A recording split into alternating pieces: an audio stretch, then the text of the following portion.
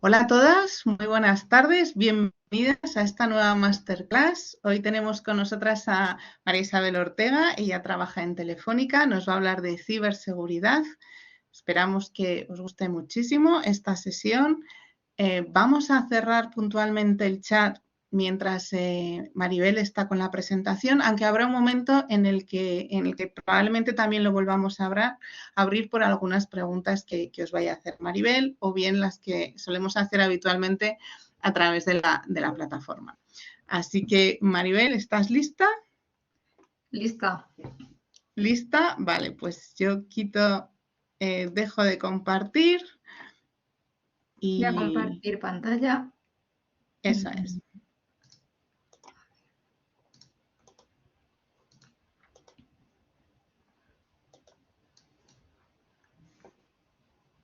Decidme si se ve. Todavía no, imagino que se está cargando. Ahí la tenemos. Venga, vale. Pues nada, lo primero, gracias Estíbaliz por la introducción y al equipo de Girls Love Tech y de Stentalinger por contar conmigo para esta presentación. Y bueno, yo os quería hablar un poquito de ciberseguridad y de lo que es respuesta a incidentes de seguridad. Os cuento primero un poquito sobre mí. Más que nada para que me conozcáis y si tenéis cualquier pregunta aquí o más adelante me vais diciendo. Yo estudié informática, yo empecé informática pues en el año 2011 y, y bueno, al cuarto año de carrera empecé a trabajar en un departamento de investigación de la universidad donde yo estaba estudiando, que estudié en la Universidad de Castilla-La Mancha, pues no lo he dicho por aquí. Y bueno, como estaba estudiando, como estaba trabajando allí dentro de la universidad, pues me di un poco la manta a la cabeza, hice el máster también de informática, empecé en el año 2015 y cuando compaginando un poco el máster y el trabajo, empecé a trabajar como consultora de riesgos tecnológicos. ¿Qué es esto de riesgos tecnológicos? Pues yo empecé a trabajar en una empresa, en una consultora bastante grande, en la que lo que hacían es auditorías de seguridad, en este caso auditorías que pasan periódicamente, que tienen que pasar todos los años las empresas, y dentro de los procedimientos que se hacen en la auditoría es revisar los procedimientos que hace, o sea, que sigue la empresa o el flujo que sigue la empresa para determinadas acciones y qué riesgos tecnológicos existen en ese procedimiento que siguen. Entonces, una vez que se determinan los riesgos tecnológicos que existen, lo que se comprueba a nivel de una auditoría, por así decirlo, es si hay controles para asegurarnos de la seguridad, de que no va a haber ningún problema de seguridad y que ese proceso pues no se va a ver alterado. Y cuando llevo un tiempo trabajando como consultora de riesgos tecnológicos, a mí me picó un poquillo el gusanillo, por así decirlo, y dije, bueno, yo quiero, esto de la seguridad a mí me gusta, pero yo quiero meterme un poquito más en profundidad. Entonces empecé a trabajar en la misma empresa además, pero como informática forense. Que esto de informática forense, pues sé que suena así un poco como raro, pero bueno, realmente un forense, imagino, un médico forense sí que tenéis todo como más claro lo que es, pero y una informática forense no deja de ser más o menos lo mismo. Cuando existe un delito informático, por ejemplo, eh, alguien, o sea, al final pues se investiga, se analiza qué ha pasado, llegamos ahí un poco rollo CSI, por así decirlo, se cogen evidencias, se analiza exactamente qué ha pasado, nos aseguramos de que exista una cadena de custodia de estas evidencias para luego presentarlas en un juicio. Y a partir de ahí se trabaja como perito informático forense, que un perito en cualquier juicio no deja de ser una persona que es experta en una materia. O sea, tú puedes ser perito judicial porque, o sea, perito a lo mejor de la parte judicial porque pidan a una tercera persona que no es ni el que demanda ni el que está demandado una opinión externa experta sobre un tema en la materia.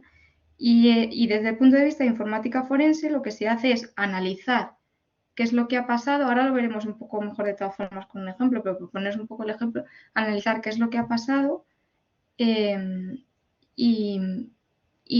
exponer de una forma imparcial todo esto en un informe de forma que una tercera persona lo pueda leer y pueda tomar una decisión. Y ya por último fue cuando me incorporé al CSIR de Telefónica, en el que yo ahora mismo trabajo en el CSIR, que ahora os contaré un poquito más de lo que es el equipo de respuesta a incidentes de seguridad. Y en el equipo de respuesta a incidentes de seguridad, dentro de las diferentes patas que hay, una de ellas también es la informática forense. Entonces, bueno, os pregunto así un poco, no sé si Estíbaliz puedes hacer una preguntilla de estas múltiples de qué entienden por ciberseguridad.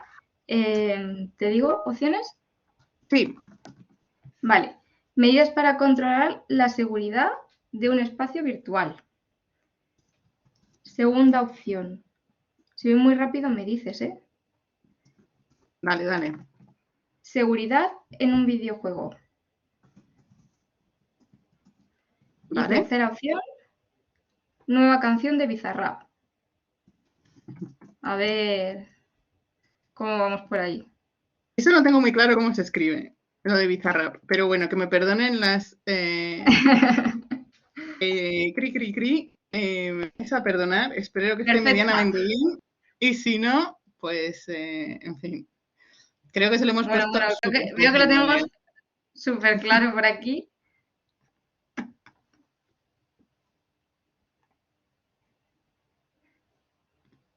¿Vale? Hay unanimidad, ¿no? Prácticamente. Sí, totalmente.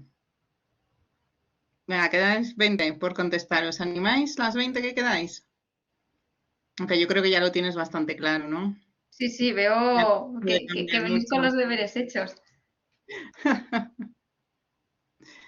Vale, Venga. pues bueno, efectivamente, como bien estáis diciendo por ahí, al final la ciberseguridad no es otra cosa que poner medidas para proteger los sistemas y la información de un ataque digital o un ciberataque, ¿vale? Entonces, decimos, vale, ciberseguridad es proteger los sistemas de información de un ataque o un ciberataque, pero ¿qué entendemos por un ciberataque? Y aquí voy a sacar otra pregunta un poco para vosotros. No sé si me puedes poner otra de opciones múltiples, Estíbaliz, ya no te hago trabajar mucho más. Sí, que va, no, estoy en ello. ¿Qué es un ciberataque? Vamos al lío. ¿Vale? Pon un ataque a Bitcoin. ¿Un ataque? A Bitcoin. Ah, vale, listo. ¿Más? Un ataque a una persona o empresa. ¿Sí? O una indirecta a través de Instagram. Directa a través de Instagram. Vamos allá. A ver cómo va por aquí la cosa. Lo estoy poniendo muy fácil, me estoy dando cuenta, ¿eh? Hay que complicarlo más. Sí, venís con los deberes ya hechos. Venga, que quedáis 20. Ánimo. Esas 20. Pero mira, tienes 5 de ataque a Bitcoin. Bueno. Esta es un poquito entonces más difícil que la anterior. Vale. Nada, tenemos 20 que están hoy más o menos, ¿sí? Así es. Sí. Vale. Vale, pues efectivamente, al final un ciberataque no deja de ser un ataque organizado contra los sistemas informáticos de una entidad o de una empresa con el objetivo de, bien, o bloquearlo. Cuando hablamos de bloquearlo significa de que no se pueda acceder a ese recurso o a esa página web o a ese sistema, de dañarlo, bien porque queramos hacer daño bien, o sea, para destruirlo o con un fin de, pues, intentar posteriormente recuperarlo, obteniendo, por ejemplo, un beneficio, ¿vale? Pero bueno, esto de los ciberataques, al final es verdad que últimamente está muy en auge, se habla mucho de ello, pero realmente hay tantos. Pues si vemos algunos ejemplos de los últimos años, bueno, los últimos años no, creo que esto he cogido los últimos 2 años más o menos. Pues no sé si os sonará que hubo un ciberataque de ransomware que obligó al SEPE a suspender toda la actividad. El SEPE creo que estuvo varias semanas sin poder utilizar sus sistemas y esto pilló justo en plena pandemia cuando estaba también todo el tema de los ERTE y retrasó mucho el tema. En general, las entidades públicas últimamente creo que han tenido varios ciberataques. Luego, que es bastante más reciente, un ciberataque expone los datos de 1,3 millones de clientes de Iberdrola. Hubo un compromiso de los sistemas de Iberdrola, que además fue hace unos meses, que no fue hace mucho, donde sí que bueno, pues una persona desde fuera de la organización accedió a los sistemas y extrajo ficheros donde venían pues todos los nombres, DNI, domicilio y los números de teléfono de los clientes. Uber, también hace poquito, bueno, sí, 16 de septiembre de 2022, un ciberataque que también hubo una fuga de un montón de datos de sistemas de TI críticos y pues, se comprometieron millones de datos de usuarios. Y TikTok, que no sé si os sonará por aquí esta red social, hace no mucho sufrió un ciberataque que, por cierto, si no estabais enterados, que imagino que sí, yo, si no habéis cambiado la contraseña en los últimos meses, cambiaría mi contraseña. Más que nada porque hubo un ataque en el que se comprometieron los usuarios y las contraseñas de los... Se vieron comprometidas y un tercero obtuvo los usuarios y contraseñas pues de varios millones de usuarios. Pero bueno, esto al final son solo empresas y dices, vale, a mí esto no me va a pasar nunca, ¿no? Pues bueno, Dani Mateo, esto fue en 2017. Le enviaron un mensaje a través de WhatsApp, él pinchó en el mensaje y a raíz de ahí le comprometieron su cuenta de WhatsApp, también como esta era la misma, utilizaba la misma contraseña en Facebook, también le comprometieron la contraseña de Facebook y también pudieron acceder a otros sistemas del presentador, como puede ser a su cuenta de Netflix, a su cuenta del banco. Realmente no le hicieron nada porque fue un poco por hacerle la broma, pero bueno, podían haberle hecho bastante destrozo. Y esto, que fue algo más sonado, una influencer, Paula Gonu, víctima de extorsión. Dices, vale, bueno, me roban mi usuario y mi contraseña, ¿y qué van a hacer? Bueno, pues en este caso le cambiaron la contraseña, una usuaria que tenía millones de seguidores, bueno, 2 millones de seguidores, y le chantajearon pidiéndole dinero si quería recuperar todos sus datos, todas sus fotos y recuperar su cuenta. Pues no sé, para que veáis que es algo que está ahí un poco como en tendencia. Entonces, ¿qué hacemos cuando hay un incidente de seguridad? Yo aquí casi que haría una pregunta de sí o no, a ver si sabéis qué hace un equipo de respuesta a incidentes de seguridad, si lo tenéis claro, si no, si lo tenéis claro, no sé, es más o menos lo que iba a contar. ¿Estíbale?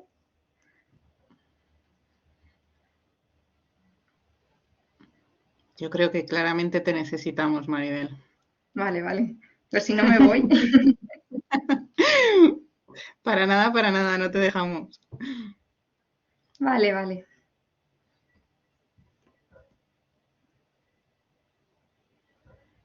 Bueno, yo creo que mayoritariamente Sí. alguien por ahí sí, más o menos. ¿Alguna idea?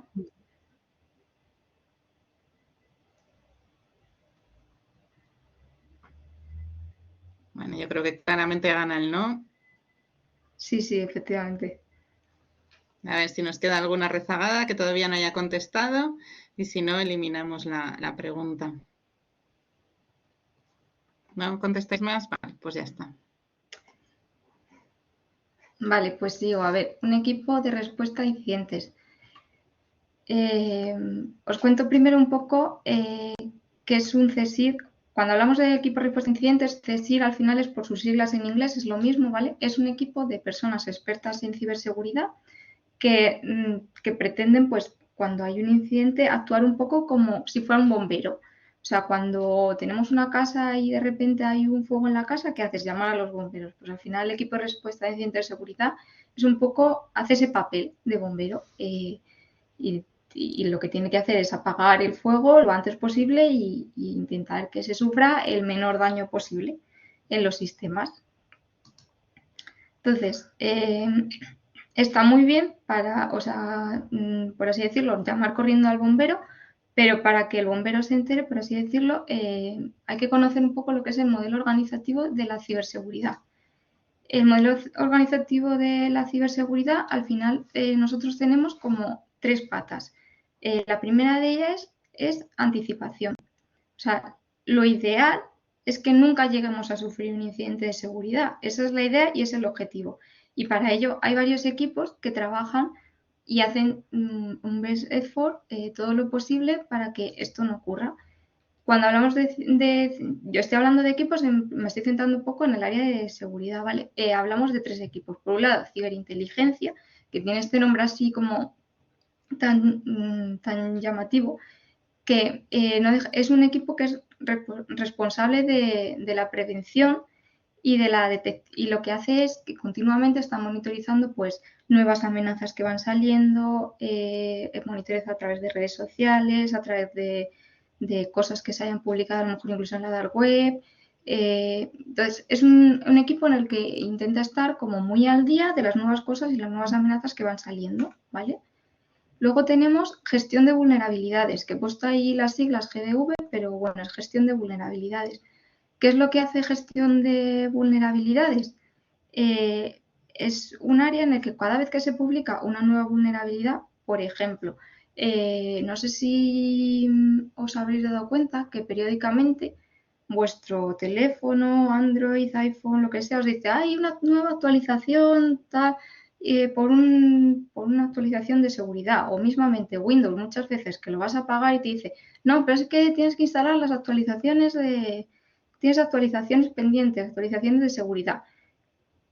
¿Por qué es esto? Es normal, cuando hay, de vez en cuando, los equipos detectan pues que hay cositas en el software, al final el software lo programan personas, no somos humanos, todo no es todo perfecto y se detectan pues que al final cuando se dan ciertas condiciones puede haber como un agujero de seguridad. A esto lo llamamos vulnerabilidad y cuando se detecta una de estas vulnerabilidades suelen salir publicadas para que todas las empresas que puedan revisar si tienen unos sistemas que cumplen esas condiciones y si esa vulnerabilidad tienes algún sistema vulnerable para que lo puedas parchear y corregir cuando sale con la nueva actualización de turno que ha salido en ese momento. Entonces, el equipo de gestión de vulnerabilidades un poco se encarga de esa gestión de revisar si tenemos equipos vulnerables, aunque esto también lo hace con ciberinteligencia, como son equipos que podrían casi que solaparse un poco, estar un poco juntos en determinados casos, no siempre. Pero, pues, de revisar si en mi casa, por así decirlo, tengo sistemas que cumplen esos requisitos y que pueden tener algún problema de seguridad. Y luego estaría en la parte de anticipación también el Red Team, que esto seguro que suena un poquito más. El Red Team vendrían a ser también llamados algunas veces los hacker éticos, que no deja de ser un equipo, por así decirlo, que está constantemente intentando hackear nuestros propios sistemas, es decir, nosotros aquí en Telefónica, bueno, y en muchas empresas, tenemos un equipo de gente que está constantemente intentando acceder a ciertos sistemas y a ciertos recursos, como si fuera un hacker de fuera, de forma que si lo consiguen, vemos, nos reportan, por ejemplo, al equipo de respuesta a incidentes, que han encontrado, cómo lo han hecho para que eso se corrija, de forma que si lo explotamos, lo encontramos nosotros primero y lo corregimos, nos evitamos que desde fuera pues puedan hacer lo propio y hacernos un poco más de daño. Entonces, esto sería como la parte de anticipación. Luego tendríamos la parte de detección, ¿vale? Hemos intentado anticiparnos todo lo que hemos podido pero también tenemos que tener como ojos y revisar un poco qué es lo que está pasando en nuestra casa. Entonces, perdón, que voy a beber un poquito de agua. Vale. De la parte de detección, principalmente intervienen dos equipos. Un equipo de monitorización, que básicamente lo que está es constantemente, tenemos, el equipo no está como tal, pero se tienen desplegadas un montón de alertas y en todos los sistemas, y cuando se dan y lo que hace es simplemente se va registrando todo lo que hacen todos los sistemas, de forma que si se detecta algo raro se pueda saltar una alerta y el equipo de monitorización en una primera instancia hace como un triaje y revisa a ver qué ha saltado. Si creen que es un problema de seguridad, pues también se lo pasan al CSIR. Y luego estaría el equipo de Threat Hunting, que Threat Hunting vendría a ser como el equipo de caza de amenazas o algo así.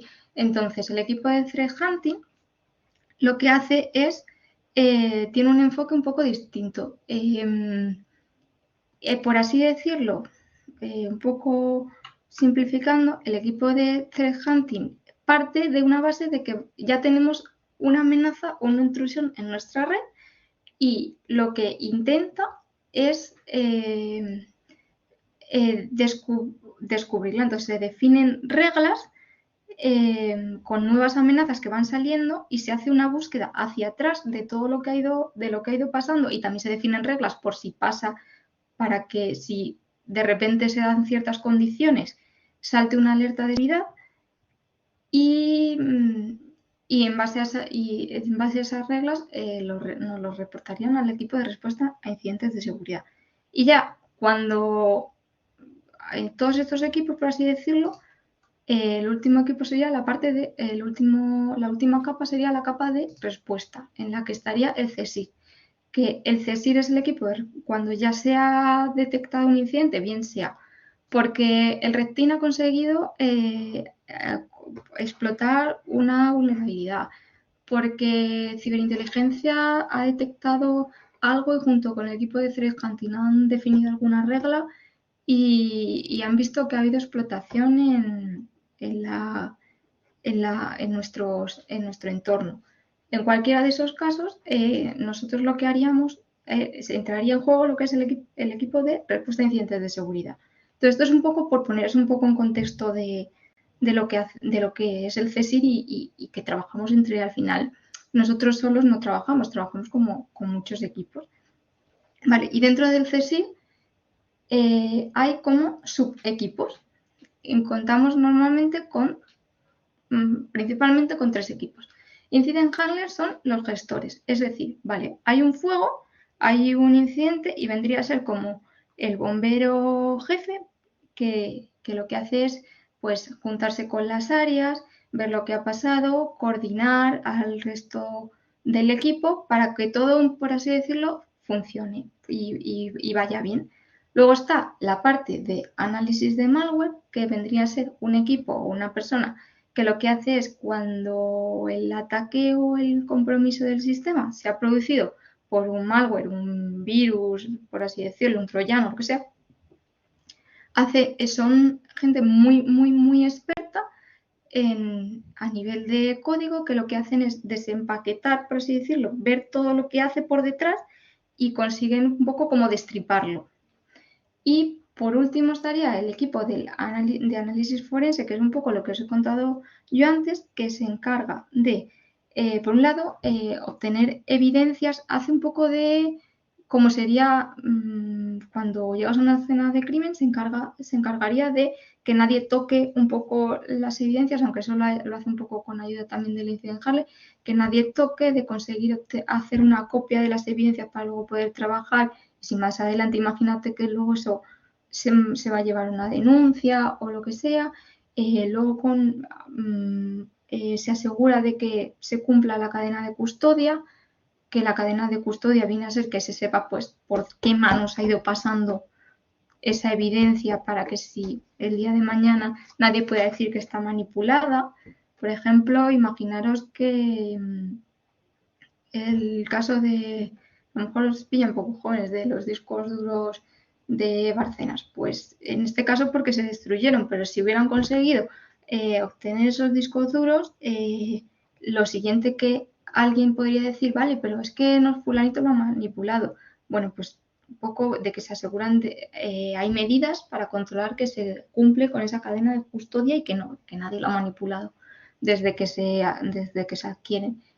Y hace un poco el análisis y el destripe, por así decirlo, como haría un médico forense. Lo que hace es decir, vale, pues tengo una persona que ha fallecido, ¿de qué ha fallecido? Pues de un disparo al corazón. Vale, pues eso es lo que hace. Ese análisis llevado a la informática es ver, vale, tengo un equipo aquí que ha sido comprometido, pero exactamente qué es lo que le ha pasado, ¿vale? Y esos serían un poco los equipos que intervienen en lo que es la parte de ciberseguridad. Pero bueno, cuando hablamos de un incidente, ¿qué hacemos o cómo se gestiona un incidente? Pues tenemos, por así decirlo, lo he dividido así en 4, porque la tercera se puede dividir un poquito, subdividir, pero básicamente es, el equipo de gestión de incidentes tiene cuatro, cuatro tareas principales. La primera, que es la preparación, luego detección del incidente como tal, contención, erradicación y recuperación cuando se ha detectado el incidente, es decir, cuando hemos detectado el fuego y se está quemando la casa, pues primero que el fuego no se extienda, que podamos apagar el fuego y recuperar la casa en la medida de lo posible. Eso en el caso del fuego es un poco más difícil, pero en la medida de lo posible, pues recuperar lo que había.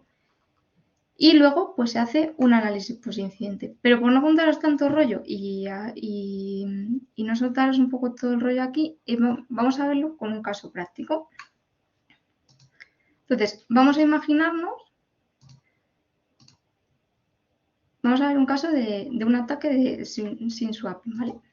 Vamos a imaginarnos que tenemos aquí a Marcos. Marcos está andando un día por la calle, estaba mirando el móvil, estaba revisando pues las redes sociales, las notificaciones y de repente se da cuenta de que se ha quedado sin cobertura. Realmente no le da mayor importancia. Él pues sigue andando y dice, bueno, pues cuando llegue a mi casa ya veré qué pasa. Llega a su casa y en el momento en el que se conecta al wifi de su casa, porque allí lo que hace es la conecta automáticamente el móvil, le empiezan a llegar un montón de mensajes y un montón de notificaciones en el que pues de repente le aparece, pues has hecho un Bizum de 500 euros al número ta ta ta ta ta. 2000, has hecho una transferencia de tal, te has comprado no sé qué. Entonces, de repente se da cuenta que se mete a la cuenta del banco y lo que no tiene es dinero. No tiene ni cobertura ni dinero. Entonces, no sé si a alguno se os ocurre que pueda haber pasado o si conocéis algún caso similar. Estíbaliz, lo mismo podemos hacer una pregunta, si conocen algún caso o conocen a alguien que le haya pasado. O si saben qué es lo que ha pasado.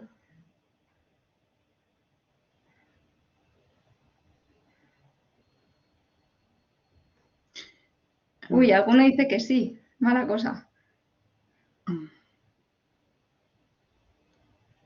Por ver que estáis todavía por ahí y no os habéis dormido todavía. No.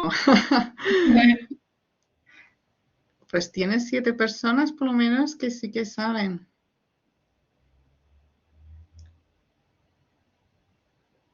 Mira, una más. A ver, ¿os animáis? 30 y poquitas que faltáis. ¿Nos decís? Bueno, yo creo que como nos pasaba antes, ¿verdad? El no Sí, gana por crearlo. seguimos. Vale, pues cuando quieras, Maribel, nos cuentas. Vale, pues de repente Marcos hace la cuenta de que el otro día le llegó un mensaje de su cuenta del banco y que ponía que habían detectado una cosa rara en su cuenta y que pinchara aquí para ver si, para que no le bloquearan su cuenta. Entonces, pues claro, pues vio el mensaje, en este caso ponía que era de su banco y dijo, bueno, pues pincho, claro, no me van a bloquear la cuenta. Puso su usuario y su contraseña, le dio un error, pero tampoco le dio mayor importancia. Entonces, pues cuenta a ver un poco qué haríamos según las diferentes fases, cómo tendría que responder un equipo de respuesta ante incidentes. El primer paso, que no es propio del incidente como tal, pero que sí que es súper importante y aunque puede parecer que es el más aburrido, es la preparación. Pero la preparación no deja de ser pues revisar tareas, revisar procedimientos, contactar habitualmente con otras áreas, pues hacer ciberejercicios. Que los ciberejercicios son una cosa bastante chula, que lo que se hace habitualmente es una simulación, por así decirlo. Entonces, tenemos unas máquinas a las que se han atacado y es como si hicieras un juego, como si fuera un juego, por así decirlo, en el que tú tienes que adivinar, pues el equipo tiene X horas, se compite a veces incluso con otros equipos de respuesta de incidentes, incluso de diferentes empresas tanto de España como nosotros, por ejemplo, como empresa contra las empresas con otros países y lo que se hace es pues ver quién lo saca antes y ver qué ha pasado. Pero bueno, al final el objetivo de la preparación es que, que le he dado sin querer, cuando tengamos que apagar el fuego y cojamos la manguera, no estemos así.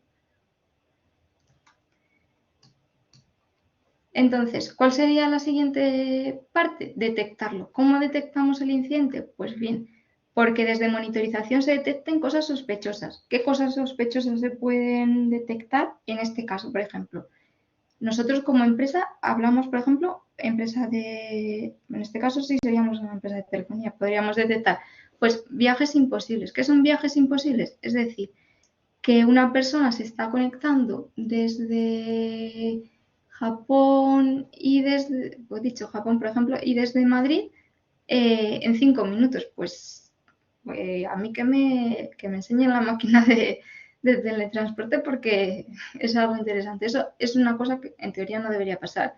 Accesos desde IPs. IPs no deja de ser la dirección que tiene una IP, la dirección que tiene tu dispositivo. Es decir, tú cuando sales a Internet, a tu dispositivo se le asigna una numeración, una IP, que no deja de ser una forma de identificarte cuando te tienes que comunicar. Tú le haces una petición a una web, la web también tiene una IP, entonces la web sabe que tú con tu dirección le has pedido una cosa y es a ti a quien te lo envía, no se lo envía a otro. Esos son posibles vías. Y otra vía es, pues que en este caso Marcos, cuando se ha dado cuenta, ha hecho muy bien y una de las primeras cosas que ha hecho es llamar al banco y la segunda cosa que ha hecho es llamar a su empresa y decir, oye, en este caso a la empresa de telefonía y decirle, oye, que me he quedado sin línea y además mira lo que me ha pasado. Entonces, que las vías de detección pueden ser internas, pero también pueden ser externas. ¿Y qué equipos intervendrían aquí? Pues en el caso de la detección, contaríamos y sería muy útil contar con la ayuda de ciberinteligencia, que pues seguramente detecten rápido el tema de las IP sospechosas, threat hunting también, monitorización para detectar pues esos viajes que decíamos imposibles. Entonces, aquí es donde entraría mucho en juego la parte de anticipación y detección. Vale, ya lo hemos detectado. ¿Y ahora qué hacemos? Pues el equipo de respuesta a incidentes entra aquí un poco en juego, empiezan a sonar, por así decirlo, las sirenas y lo primero que tienes que hacer es contener. ¿Qué hacemos para contener? Pues ver cómo han conseguido hacerse con esa numeración y una vez que encuentras la vía por la que han accedido, bloquearla para que no lo pueda seguir haciendo, no solo con este pobrecito, con Marcos pobrecito, que ya se ha quedado sin dinero, sino como a otras personas. Ver qué más cosas ha hecho, porque bueno, esto es lo que nos ha contado él, que obviamente se ha quedado sin línea, pero bueno, ha hecho algo más, ¿qué ha hecho? ¿Qué no? Y luego, eso sería un poco la erradicación, todas las cosas que haya hecho, pues ver cómo bloquearlas y recuperar y volver al estado anterior. Pues a este pobrecito, a Marcos habrá que devolverle su cuenta, por así decirlo, su línea, y también habrá que ver pues qué ha pasado. Y aquí es donde entrarían, pues, dentro del equipo de CSIR, los incident handler y principalmente los incident handler, y a lo mejor en un momento dado podría hacer falta algo del resto de equipos, pero sobre todo lo que sería la gestión. Y por último, análisis post-incidente, pues hay que ver, investigar. Lo primero que se hace es una investigación así como un poquito más rápida y contener el fuego, por así decirlo, como decíamos antes.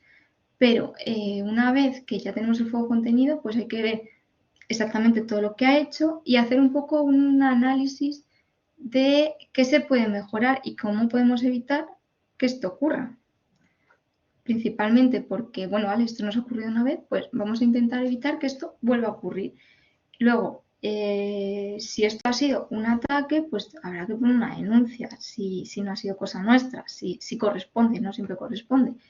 Y quizás también pues habrá que, de cara a esa denuncia, pues realizar un informe con toda la información, con qué ha ocurrido.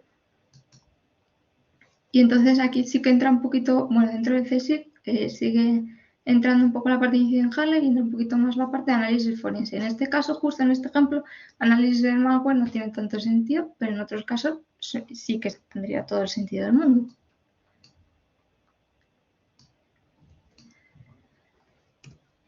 Y bueno, yo os iba a enseñar un poco un ejemplo de otro phishing que no tiene nada que ver también, para que veáis un poco a nivel más técnico qué tipo de cosas miramos en un phishing, ¿vale? Entonces, he puesto otro ejemplo de otro banco, pero sin más, por poner un ejemplo. Esto es un correo electrónico que le llega una alerta que pone banco online, banco. Y dices, ostras, yo tengo cuenta en Evo, a lo mejor no tengo cuenta. O sí, bueno, imagínate que sí que tengo, ¿vale?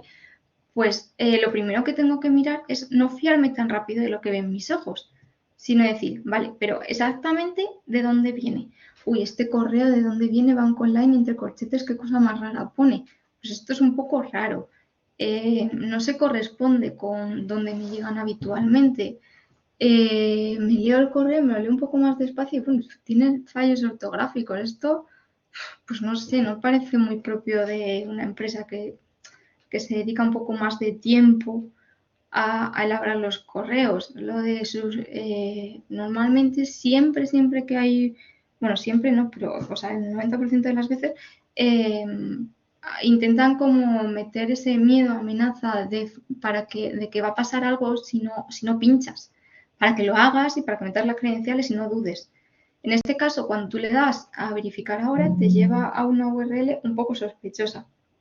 Es verdad que aquí el navegador ya te está diciendo que esta web que no es segura y que no es sospechosa, pero pero bueno, sería siempre importante que cuando entremos a una web miremos aquí arriba exactamente a dónde estamos yendo. ¿Esto es donde queríamos ir? No sé, ¿tiene sentido? ¿No tiene sentido?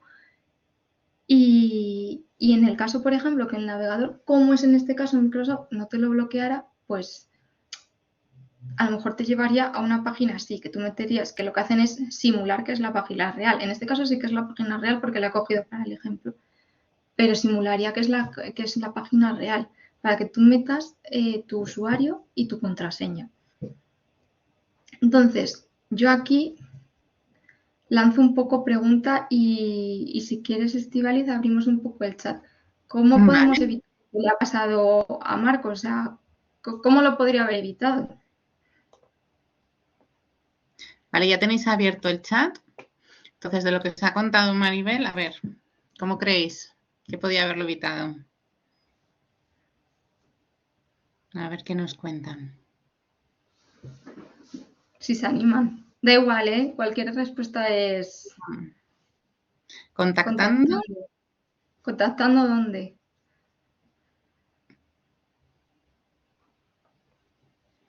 Con su banco. Pero bueno, previo, antes de que le hicieran o sea, antes de que le hayan llegado a hacer el ataque, desde luego cuando ya has visto que te han empezado a hacer movimientos, es lo primero que tienes que hacer.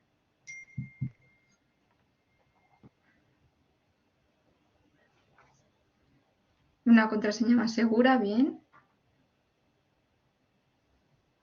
Eso también es muy bueno. Antes de pinchar en ningún link, poner el ratón encima para ver a dónde lleva. Muy bien, o sea, no introduciendo información personal en una página web. Mira, por ahí decía Ana que sus padres llaman al banco para preguntar si hay algún problema cuando llegan ese tipo de mensajes. Esa es una buena práctica. Observando la dirección desde la que procede. La marca de seguridad HTTPS. Cuidado con la de la marca de seguridad HTTPS porque antes era más raro que en ataques vinieran desde HTTPS, pero cada vez son más elaborados y vienen muchas veces la página fraudulenta a través de HTTPS, evitando permitir siempre las cookies. Bueno, en este caso concreto no sé si aplicaría actualizando los dispositivos con el antivirus. Eso bueno, siempre es una buena práctica, en general. Apagando el móvil. No pincha en un link si no sabes quién te lo ha mandado. Aquí realmente apagando el móvil, o sea, si tú usas el móvil, al final en tu día a día no lo puedes tener siempre apagado. Pero lo que dice Claudia tiene toda la razón, no pinchar en un link si no sabes quién te lo ha mandado.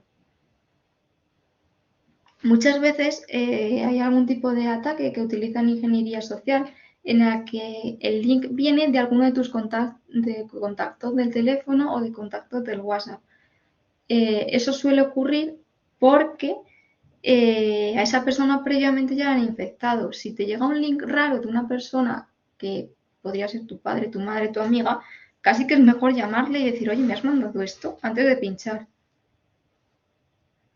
Asegurándote que al lado de la dirección de la web hay un candado cerrado. Eso es buena práctica, ver que sería como revisar los certificados.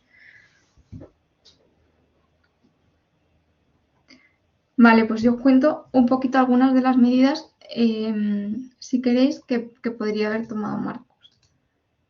Una de ellas, que la habéis dicho ya por ahí y además la habéis dicho un montón de gente y me alegro mucho que lo tengáis súper claro, es verificar la integridad y la veracidad de los mensajes que recibimos. Es decir, verificar quién te manda el mensaje, o sea, ser un poco desconfiado en ese sentido de quién te manda un mensaje, esto procede o no procede, por qué me mandan esto, a cuento de que esto no tiene ningún sentido. Y ser como un poco más crítico y revisar pues la procedencia, hacia dónde me lleva el link.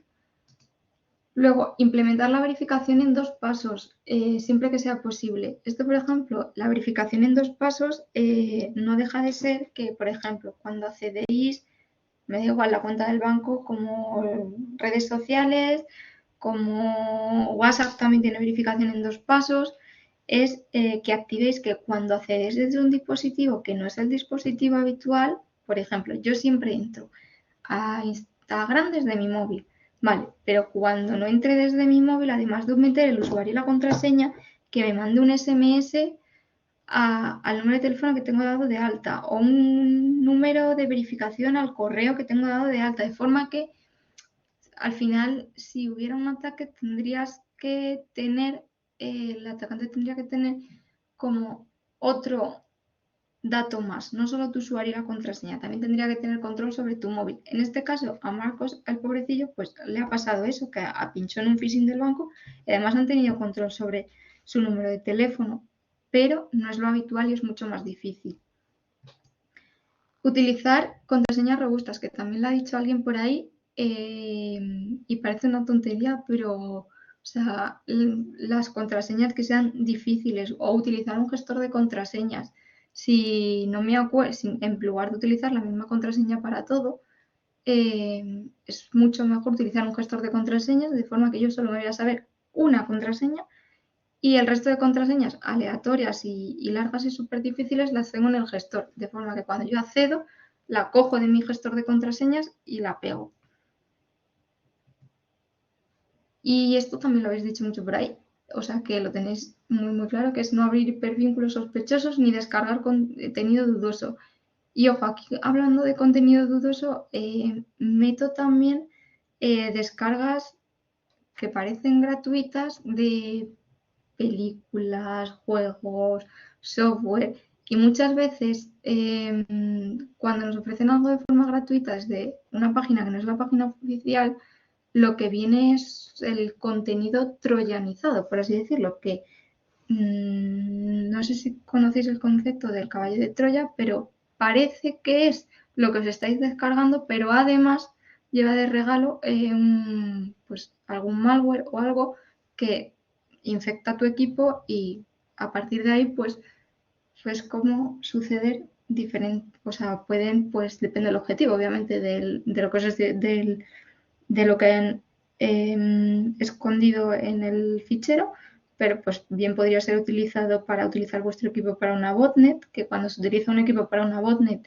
lo que hace es que de forma remota un atacante controla tu equipo para hacer ataques a otros equipos o a una empresa o a por ejemplo, o podría ser que sea un stealer, que un stealer lo que hace es un malware que para robar tu información de tus credenciales, pues de tus usuarios, tus contraseñas, ese tipo de cosas. Y ya por último, que creo que se nos ha visto por ahí, conectarnos siempre a redes seguras y evitar conectarnos a redes públicas, que yo sé que el wifi gratuito es como muy atractivo en un momento dado que tenemos pocos datos, pero cuando nos conectamos a una red pública, también en algunas ocasiones podríamos estar permitiéndonos siempre que nos hagan un ataque y que accedieran a información. Y yo creo que no me he quedado muy mal de tiempo. No sé si tenéis preguntas de cualquier cosa, o abierto a cualquier cosa. Acabamos de volver a abrir el chat, así que chicas, es vuestro momento. Le podéis preguntar todo lo que queráis a Maribel. Tenemos una ocasión única, la tenemos aquí con nosotras, así que os animamos a que le hagáis todas las preguntas que queráis. Bueno, no sé si tenéis curiosidad ya después de saber un poco lo que hace un equipo de referencientes a uniros a un equipo de referencientes. Esa es muy Seguro. buena pregunta. A ver, ¿hacemos la ¿Vas prueba? a poner un... Sí. ¿Os uniríais a un equipo de referencientes?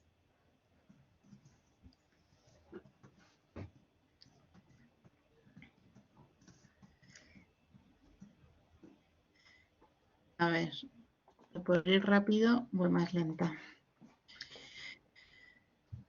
Vale, bueno, si queréis contestar la encuesta y ahora vamos un poco a las preguntas del chat.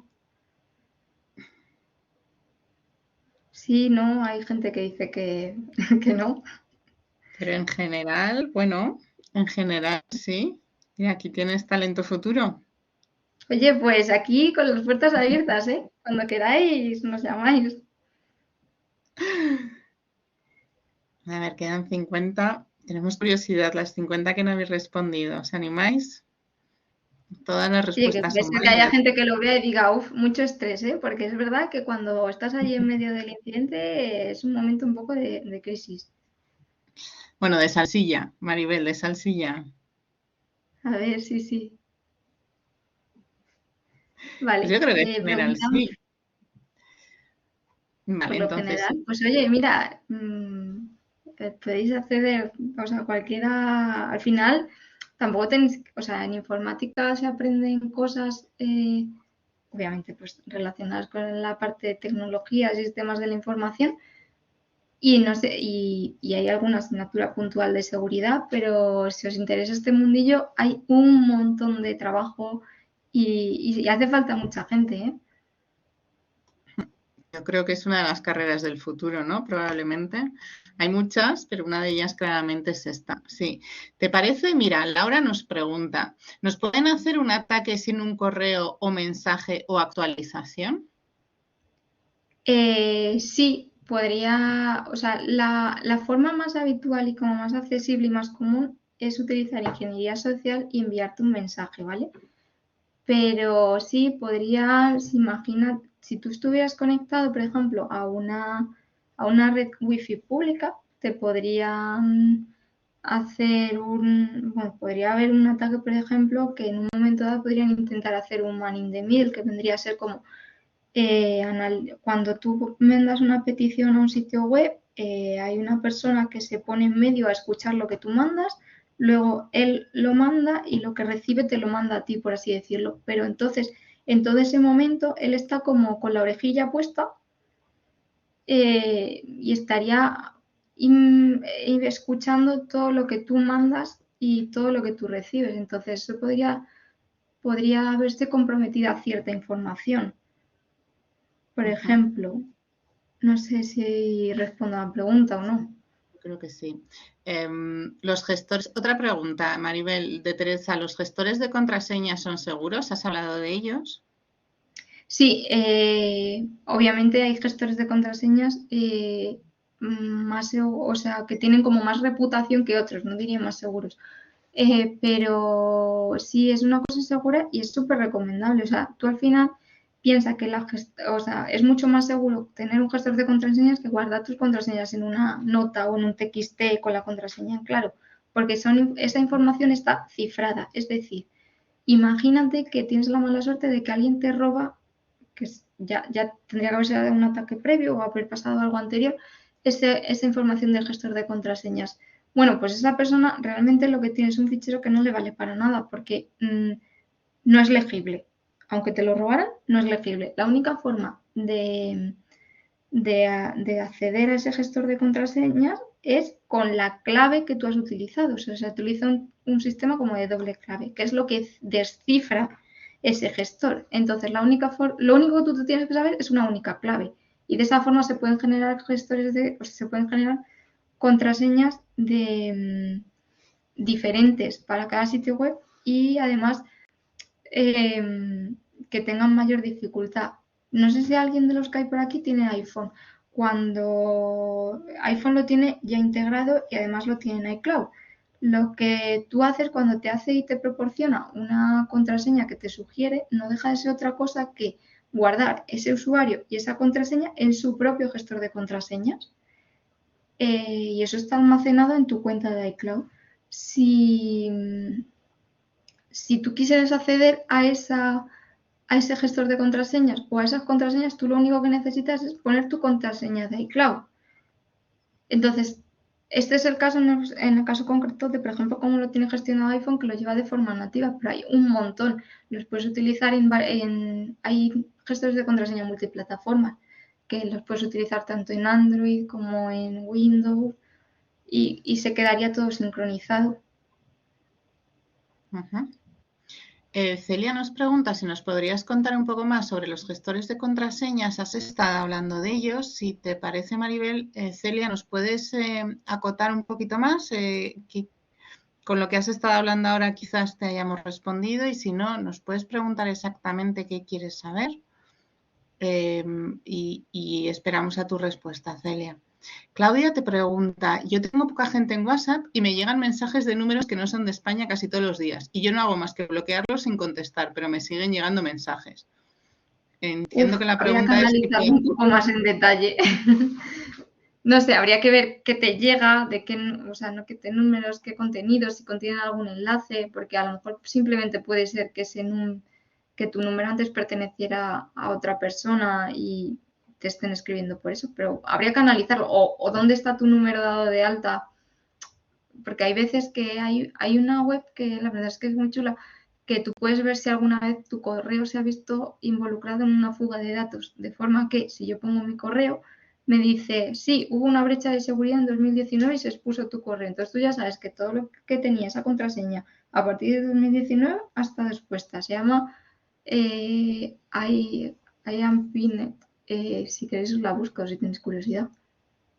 Pues Maribel, yo creo que sí, que sería estupendo por lo menos tener la referencia para que ellas también la vean. Fátima te pregunta. ¿La paso por el chat? Sí, porfa. Vale. Vale, Fátima te pregunta, ¿hay alguna marca o empresa en la que comúnmente sustituyen su identidad para hacer ciberataques? Es he cogido un ejemplo de un banco porque es hiper habitual, obviamente por la chicha que hay detrás y el premio que hay detrás, que suplanten bancos, pero suplantan cualquier cosa. O sea, tu compañía de la luz, tu compañía de teléfono, todo. O sea, de todo lo que crean que pueden sacar un poquito de beneficios si acceden a tu cuenta. Ana te pregunta qué carrera has hecho. Hice informática, hice ingeniería informática. Yo creo que fui la segunda promoción del grado de ingeniería informática, ya cuando cambiaron de diplomaturas, licenciaturas y todo eso.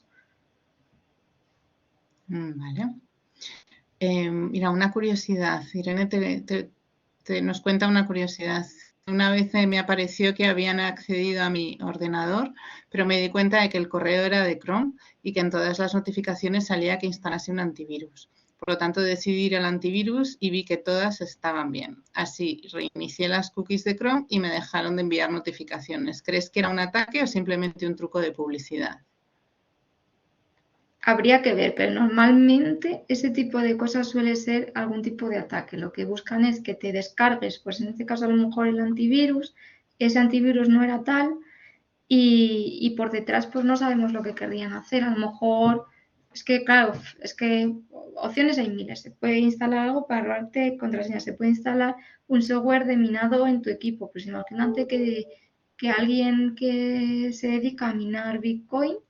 Ahora ya está un poco más complicado el tema de los bitcoins, pero bueno, que el tema del minado hubo mucho jaleo y sigue habiendo, vamos.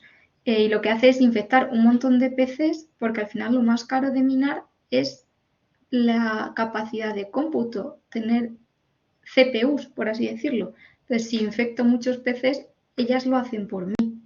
Y tú realmente lo único que notas es que tu PC va más lento. Vale. Inés te pregunta cómo podemos evitar la llegada de llamadas entrantes a spam. Pero que te llamen para hacerte spam o que te llega spam. Pues Inés, cuéntanos. Mientras Inés nos responde, pasamos a la siguiente, ¿te parece? Y así vamos, seguimos con las preguntas. Silvia te pregunta, si alguien sufre un ataque y roban los datos de la persona y le extorsionan para que le pague dinero, y cuando el sistema contraataque se empieza a buscar el origen para pararlo y no lo encuentran, ¿cuánto tiempo siguen investigando en el caso?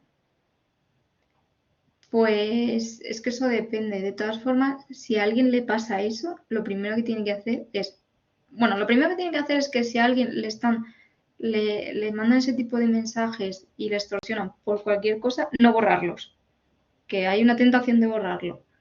Y lo segundo es ir y denunciar a la policía con esos mensajes, porque al final, en estos casos tan concretos, tiene que actuar la policía porque tiene más licencia o, por así decirlo, más recursos que desde a una empresa no nos dejan acceder.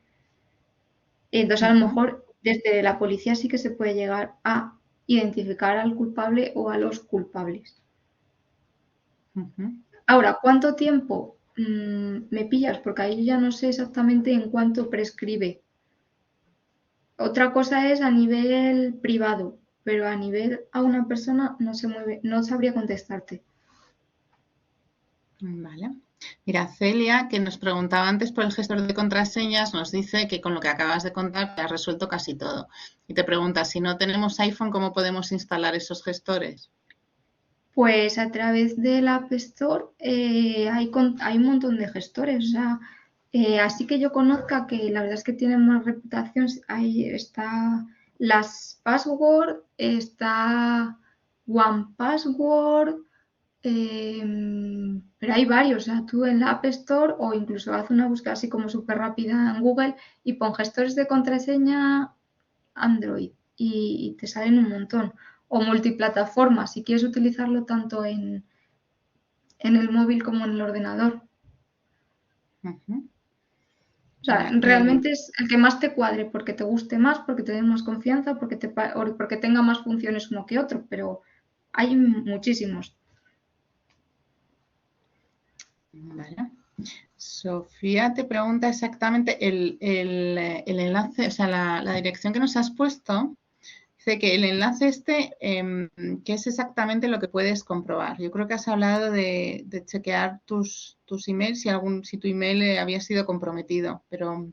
Vale, ahí puedes comprobar si tu email, por ejemplo, en algún momento se ha visto afectado en una brecha de datos. Por ejemplo, yo misma, mi mail personal, si lo meto en la cuenta, obviamente no os voy a compartir, o sea, pero si yo meto mi mail personal, hubo una brecha de datos, por ejemplo, de Dropbox en el año 2009, y entonces te aparece como en rojito y te pone, yes, I have been pinned, creo que pone, y te dice, pues mira, tu email se comprometió en la brecha de datos de Dropbox. Si yo cambio mi contraseña desde que hubo esa brecha de datos, pues realmente no pasa nada. Pero imagínate que yo no lo hubiera cambiado, pues significa que durante todo ese tiempo alguien ha tenido acceso podría haber accedido a mi Dropbox. No sé si te he contestado por ahí. Entonces, es si tu correo se ha visto en alguna brecha de datos. Vale, Inés ya nos ha contestado, nos preguntaba antes que cómo podemos evitar la llegada de llamadas entrantes spam y se refiere por spam a la llamada en sí, no al contenido. Pues, o sea, ahora mismo como tal, y me gustaría contestarte otra cosa porque también me llama mucho, pero no podemos hacer mucho. Sí que hay algunas listas, como existe la lista Robinson, en la que tú te puedes apuntar, por ejemplo, si quieres que te dejen de llamar empresas de telefonía para hacerte ofertas comerciales y cosas así, y la deben de respetar. Otra cosa es que hagan lo que quieran, pero como tal, la verdad es que ahí falta regulación. Creo que es un trabajo que está por hacer y que en algún momento se debería hacer. Pero bueno, eso ya no depende tanto de... Va más a nivel de que existe una regulación bueno, que si tú dices que no quieres recibir ciertas llamadas comerciales, pues que no te acosen. Pero no puedes hacer otra cosa, que si es siempre la misma empresa, poner una queja y una reclamación. Pues a través de la oficina, o depende de, a ver, es que depende de la llamada, pero bueno, hacer una reclamación o incluso a través de la OCU una reclamación, que suelen hacer bastante caso, o incluso si procede una denuncia. Vale, y tenemos la última pregunta de Sofía, que te pregunta, si he puesto mi correo en el enlace y me sale que han usado mis datos en el pasado, ¿puede significar que sí siguen usando mis datos? Si esos datos, ahí te aparece la fecha, si no has cambiado la contraseña, pueden. Yo la cambiaría. Vale, pues por No seguridad significa que ya lo hayan sabéis. hecho, significa que puede haber ocurrido. O sea, que lo hayan hecho es diferente. Fenomenal. Pues Maribel, sabemos que tu agenda está ocupada, así que te agradecemos profundamente que hayas estado hoy con nosotras. Gracias por la presentación, gracias por compartir tu conocimiento y tu saber hacer con STEM Talent. Y como siempre, no puedo terminar la sesión sin agradecer a nuestros queridísimos partners, a la familia solidaria de STEM Talent, que hace posible que estemos hoy aquí. Chicas, nos vemos en la próxima sesión. Espero que hayáis disfrutado. Si tenéis cualquier duda, cualquier pregunta que os pueda surgir a posteriori, ya sabéis, nos lo decís y nosotras se la trasladamos a Maribel. Muchísimas gracias a todas y nos vemos el próximo día.